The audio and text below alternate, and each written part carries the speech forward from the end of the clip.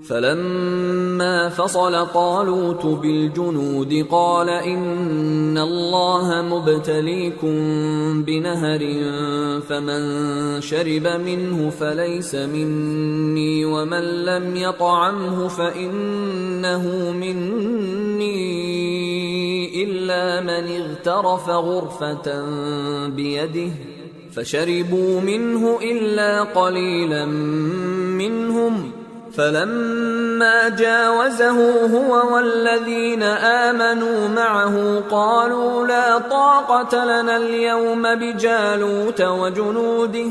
قال الذين يظنون أنهم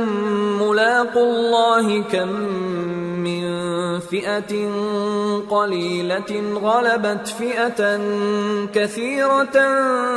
بإذن الله واللہ مع الصابرین۔ غرض جب طالوت فوجیں لے کر روانہ ہوا تو اس نے ان سے کہا کہ اللہ ایک نہر سے تمہاری آزمائش کرنے والا ہے،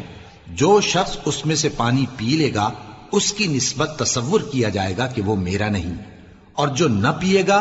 وہ سمجھا جائے گا کہ میرا ہے۔ ہاں اگر کوئی ہاتھ سے چلو بھر پانی لے لے تو خیر۔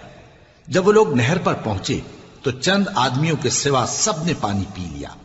پھر جب طالوت اور مومن لوگ جو اس کے ساتھ تھے نہر کے پار ہو گئے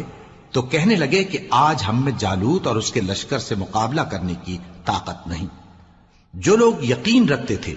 کہ ان کو اللہ کے روبرو حاضر ہونا ہے وہ کہنے لگے کہ بسا اوقات